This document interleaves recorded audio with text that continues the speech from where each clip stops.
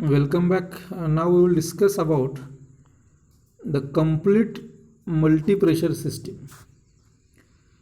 Before this, we have discussed about two-stage compression with flash chamber and two-stage compression with flash intercooling. So, as compared to flash chamber, in a flash intercooling system, coefficient of performance is more. But again we have to enhance the coefficient of performance. Now the question is how to enhance the coefficient of performance, because we know the formula of COP is always a ratio of output divided by input. Output means refrigeration effect and input is compressor work. So only there are two methods by which we can enhance the coefficient of performance. First one is, if we increase the refrigeration effect, coefficient of performance increases, and second, if we decrease the compressor work, the coefficient of performance increases. So in this system, we have to try to increase the refrigeration effect and try to decrease the compressor work. So how to decrease the compressor work? So if we decrease the temperature in between the stages of compression, automatically the compressor work decreases.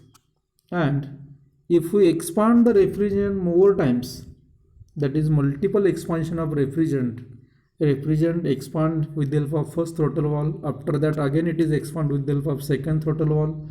Likewise, if we expand the refrigerant multiple times, automatically what happens, we get a very chilled refrigerant at inlet of evaporator, and it produces the more refrigeration effect or more cooling effect. So in this system, that is in multi pressure system or complete multi pressure system, we have to introduce one intercooler, that is called as a water intercooler. Flash chamber acts as a flash intercooler, and multiple times a refrigerant is expanded with the help of throttle valves. Now see the diagram. In this diagram 1 to 2, that is compression of the refrigerant takes place with the help of low pressure stage compression. So from this compressor, whatever the high pressure high temperature refrigerant enter into water intercooler.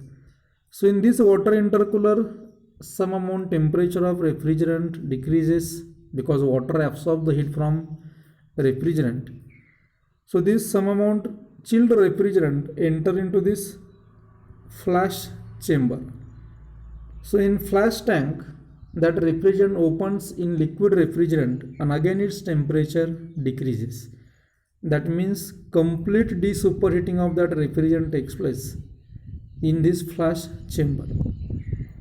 So from this flash chamber, that refrigerant again sucked by the second stage compression and gets compressed, and this high pressure high temperature refrigerant enter into condenser.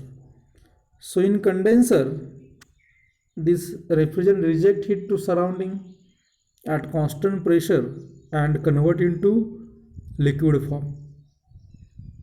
After that, this liquid refrigerant enter into first throttle valve, that is from 6 to 7. Throttling of that refrigerant takes place. So during this throttling process, partial vaporization of refrigerant takes place. So whatever the refrigerant gets vaporized, that refrigerant gets separate out in flash tank, and only liquid refrigerant is supplied to the second stage expansion valve, that is second throttle valve. So in second throttle valve, again the expansion of refrigerant takes place, and that chilled refrigerant enter into evaporator. In evaporator, that chilled refrigerant absorbs latent heat of evaporation and produces cooling effect. And this vaporizer refrigerant sucked by the compressor and cycle is continuous. Now if you see the pressure enthalpy diagram,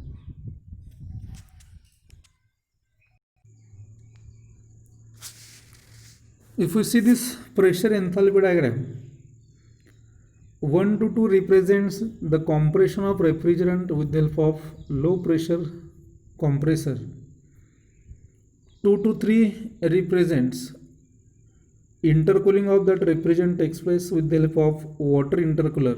So as there is a water intercooler, point number 3 is always in superheated region, because with the help of water it is not possible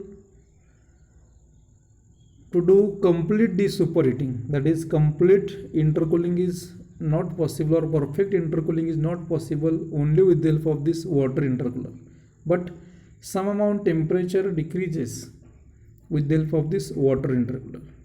After that refrigerant enter into flash chamber, and in flash chamber complete desuperheating takes place, that is from 3 to 4. If you see this line, that is 3 to 4, complete desuperheating takes place, that is perfect intercooling takes place.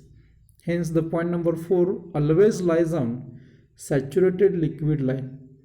As there is a water intercooler and as there is a flash intercooler, always there is a complete desuperheating or perfect intercooling takes place. So after that 4 to 5 represents the compression of that refrigerant in second stage compression with the help of high pressure compressor. From 5 to 6 represents condensation process, that is at constant pressure heat reject to surrounding and vapor refrigerant convert into liquid form. Hence the point number 6 lies on saturated liquid line. After that 6 to 7 represents throttling process, that is throttling with the help of throttle valve first. So during 6 to 7 partial vaporization of refrigerant takes place. So at point 7 there is a separation of this liquid refrigerant and vapor refrigerant takes place. So from point 7 whatever the liquid refrigerant, that is which indicates the point 8, and whatever the vapor refrigerant, that is supplies to the second stage compression, and liquid refrigerant from point 8 again expand with the help of second throttle valve. So again in second throttle valve expansion of refrigerant takes place, and that chilled refrigerant enter into evaporator, that is from 9 to 1. In evaporator that refrigerant absorbs latent heat of evaporation and convert into vapor form. So this complete multi-pressure system means in this system we have to reduce the compressor work and we have to increase the refrigeration effect. Now how this refrigeration effect increases? If we see the pressure enthalpy diagram and the point number 9 on this diagram, if the location of point number 9 is near to the saturation liquid line, if we locate the point number line near to or on this saturation liquid line, then a refrigeration effect is more, because if at inlet of evaporator the refrigerant is in liquid form, then that refrigerant absorbs latent heat of evaporation in evaporator and produces cooling effect. But if the refrigerant in vapor form at inlet of evaporator, that vapor refrigerant does not produces any cooling effect. So the location of point number 9 is very important to increase the refrigeration effect. If the point number 9 lies on the saturation liquid line, then we get a maximum refrigeration effect, because it indicates the refrigerant is in liquid form. There is no any refrigerant in a vapor form at inlet of evaporator. So if we expand the refrigerant multiple times with the help of throttle valve 1, 2, 3, 4 likewise, automatically the location of point number 9 comes closer to the saturation liquid line. So in this multi-pressure system or complete multi-pressure system, we have to use water intercooler as well as flash intercooler and expand the refrigerant multiple times.